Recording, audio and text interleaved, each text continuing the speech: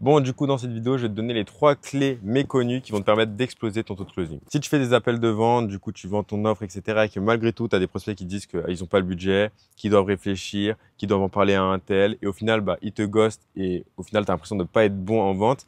Alors, la réalité, c'est pas que tu n'es pas bon, c'est juste qu'il y a 3 clés qu'on t'a pas enseignées et qui sont vraiment les plus importantes et primordiales si tu veux pouvoir avoir un taux de closing à plus de 50%. Et c'est ce qui te permettra de passer de vendeur débutant à vendeur avancé. Et c'est vraiment tout ce que je vais t'expliquer aujourd'hui. Et reste bien jusqu'à la fin parce que la troisième clé que je vais te partager, c'est la clé qui m'a permis de faire des closings à plus de 6 000 € et les enchaîner, mais sans forcer et sans du coup chercher à convaincre la personne en face. De toute façon, tu vas comprendre. Donc moi, c'est Nathan Robini, je passais de 0 à plus de 10 000 € par mois en moins d'un an. Et aujourd'hui, j'accompagne du coup tout ce qui est coach, thérapeute et professionnel du bien-être à faire de même. Donc à atteindre 3 à 5 000 € par mois et pour certains, 10 000 ou plus. Donc la première clé, c'est quoi? C'est qu'en réalité, tu ne vends pas une méthode, tu ne vends pas une transformation, tu ne vends pas un programme, tu vends une identité. Qu'est-ce que j'entends par identité? Identité, c'est très simple. C'est que quand la personne va acheter et va investir avec vous, non, elle va pas acheter votre programme. Elle achète la transformation qu'elle a à la fin. Mais en vrai, si on est plus précis, elle achète pas la transformation. Elle achète l'identité d'elle-même qui a atteint son objectif. Donc cette transformation.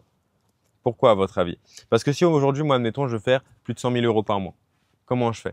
Est-ce que c'est avec mes habitudes actuelles, ma manière de penser, les croyances que j'ai actuellement et dans mon quotidien que je vais les atteindre? Non, sinon je les aurais déjà atteints. Donc moi, ce qu'il va falloir que je fasse, c'est travailler sur mon subconscient, faire des choix que le Nathan qui fait 100 K par mois devrait faire, cultiver des croyances similaires et derrière, oui, je pourrais atteindre ce Nathan qui fait 100 K par mois. Et pour vos prospects, c'est la même chose. Que votre prospect doit perdre du poids, régler des traumas ou quoi que ce soit, dites-vous qu'il doit acheter cette nouvelle identité. Et donc pour ça, pour que vous puissiez du coup vendre plus facilement en fait votre offre, il faut que la personne puisse prendre la meilleure décision pour elle. Et comment elle peut prendre la meilleure décision pour elle? C'est en incarnant la meilleure version d'elle-même. Donc c'est à vous de faire en sorte que le prospect en face monte en leadership, en confiance durant l'appel, qu'il incarne à fond cette meilleure version de lui pour qu'il puisse prendre lui la meilleure décision pour lui qui lui permettra d'atteindre son objectif final. Moi, ma définition de la vente, c'est ça, c'est aider la personne à incarner la meilleure version d'elle-même pour qu'elle puisse prendre le meilleur choix pour elle qui lui permettra d'atteindre ses objectifs. Aussi simplement que ça. Donc arrêtez avec vos PowerPoint parce que je sais qu'il y en a, ils font ça. Soit ils ont un gros speech, donc ils présentent leur offre pendant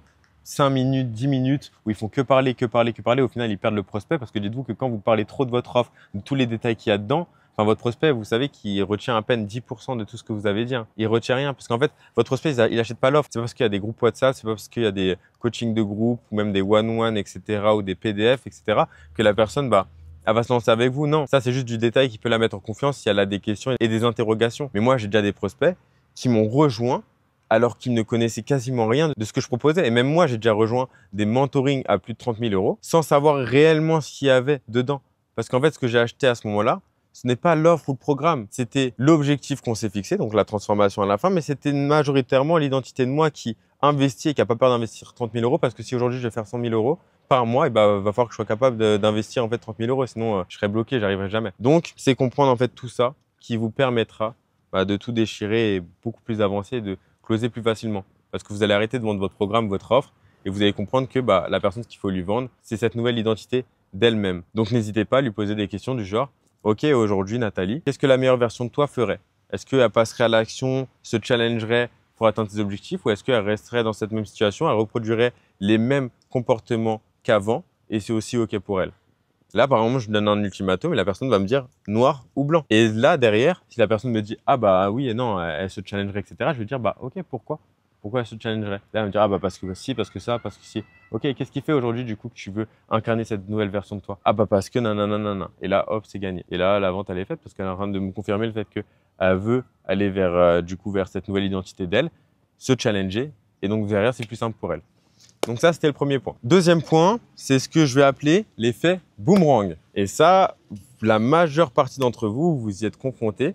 Et c'est quelque chose qui vous bloque de malade au niveau de votre vente. Donc si tu as 10, 20, 30% de taux de closing, c'est que ton problème, il est là. Dis-toi que on t'a appris à traiter les objections, on est d'accord. Donc on t'a appris à traiter les je vais y réfléchir, les j'ai pas le budget, etc. Mais ce qu'on t'a appris, c'est de le régler et de le résoudre en fin d'appel, on est d'accord. Ce qu'on t'apprend souvent, c'est on te dit, voilà, tu vas pitcher ton offre et la vraie vente, elle commence à partir du moment où la personne te donne ses vraies objections.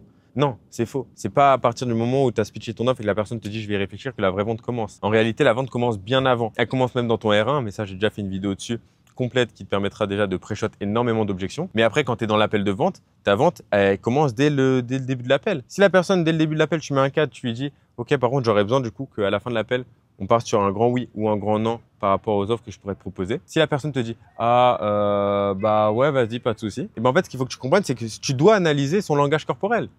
Là, ce que la personne te dit, c'est te dire « Ah non, je vais te dire, je vais y réfléchir à la fin. » Donc, faut pas hésiter à lui dire « Ok, qu'est-ce qui fait que j'ai vu, tu étais un petit peu hésitante là quand tu m'as donné ta réponse. » Et après, elle va te dire « Ah, bah, parce qu'en vrai, je pense que j'aurais besoin de réfléchir. » Ok, tu aurais besoin de réfléchir à quoi? Parce que je t'ai encore rien présenté. Et là, boum, c'est-à-dire que tu rentres déjà dès le début de l'appel, en fait, ou dans le milieu de l'appel, dans l'objection. C'est-à-dire que l'objection, je vais y réfléchir, tu la règles déjà avant le prix, avant tout ce qu'il y a à la fin. Et donc, une fois que tu as réglé cette objection, tu vas être en mesure du coup de pitcher ton offre et ne pas avoir d'objection à la fin ou en avoir que très très peu ou des minimes. Mais si tu laisses tous les petits moments de doute, toutes les petites choses que tu vois, tu les laisses, tu te dis bon, c'est pas grave, je fais comme s'il n'y avait pas et je continue mon appel, je continue de poser des questions et à la fin je pitch mon offre, c'est l'effet boomerang qui s'active. C'est-à-dire que les objections que tu as voulu esquiver, tu as voulu faire comme si elles n'existaient pas, vont te revenir en pleine tête à la fin de l'appel. Et à la fin de l'appel, tu vas te manger des « Ah, j'ai pas le budget, je dois en parler à un tel, je dois réfléchir, est-ce que c'est possible de te donner une réponse dans 48 heures? Ah, j'ai un rendez-vous là dans 5 minutes, il faut que je parte, etc., etc., etc. » Donc, ce que tu dois retenir, c'est que tu dois être en pleine écoute active.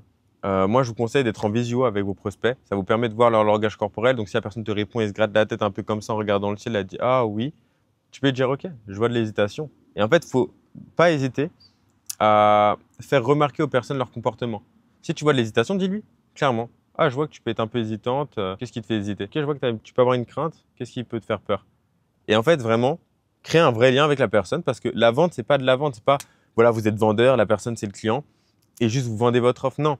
La vente, c'est comprendre la personne en face, identifier ses besoins, voir si vous avez des offres qui peuvent correspondre à son besoin ou à ses besoins et même à son budget, tout simplement. Et après, derrière, l'aider la personne à augmenter son leadership, augmenter sa confiance en elle, pour qu'elle puisse incarner sa meilleure version d'elle-même pour prendre le meilleur choix pour elle. Et si vous faites ça, vous verrez que votre taux de closing, vous allez pouvoir l'exploser, mais ce sera très facile pour vous de vendre votre offre. Vraiment. Donc voilà, pour finir sur le point 2, ce qu'il faut que tu retiennes, c'est que tu dois identifier toutes les petites objections qu'il peut y avoir durant l'appel pour éviter de les avoir à la fin. Parce que les avoir à la fin, c'est limite te tirer une balle dans le pied parce que c'est beaucoup plus dur de résoudre une objection budgétaire où je vais y réfléchir quand tu as déjà pitché ton offre parce que l'attention de l'appel, elle a son paroxysme. Et même si tu vas avoir une méthode de traitement d'objection qui va diminuer un peu l'attention, etc., au final, c'est la même chose, elle est quand même à son paroxysme, l'attention. Alors que si tu résous l'objection, je vais y réfléchir avant même d'avoir pitché tes offres, mais juste lors d'une conversation normale avec ton prospect en appel de vente, c'est hyper simple. La personne va être beaucoup plus ouverte en face de toi et d'ailleurs, tu pourras lui permettre de s'ancrer le fait qu'elle va prendre une décision dans l'appel et qu'elle n'aura pas besoin de réfléchir et que c'est ça la meilleure solution pour elle. Et la troisième clé, moi, c'est la clé qui a été game changer dans ma vente, etc. Et je l'ai rapidement appliquée parce que j'avais rapidement compris comment ça fonctionnait. C'est que tu ne dois pas parler plus que ton prospect lors de l'appel. Ça veut dire que tu dois constamment poser des questions. Donc, il y a 3 compétences vraiment dans la vente qu'il faut masteriser. L'écoute active, donc écouter vraiment tout ce que la personne va dire, les mots, etc.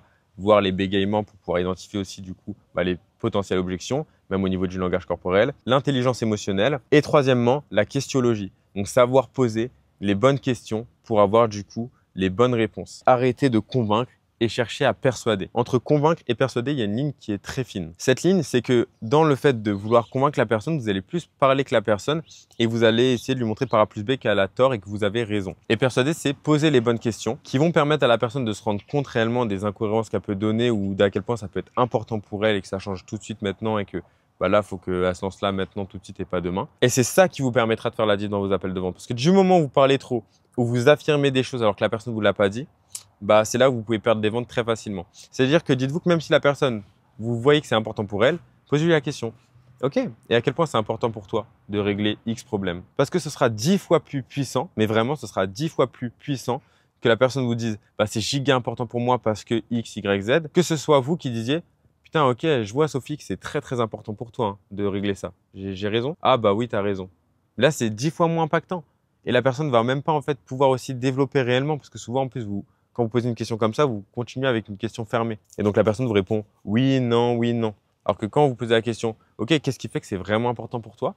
et ben, la personne vous la dirigez vers le fait que c'est vraiment important pour elle et elle va expliquer en quoi c'est vraiment, vraiment important pour elle. Et si ça ne l'est pas, vous direz que c'est pas important pour elle. De toute façon, si ça ne l'est pas, c'est que juste la personne n'est pas qualifiée. Donc sur ce, like, abonne-toi, déchire tout. Si tu as un coach, thérapeute ou professionnel dans le bien-être et que tu souhaites tout déchirer dans ton activité en alliant business et spiritualité et pouvoir du coup attirer des clients à toi, n'hésite pas à prendre un appel avec moi dans la description et ciao!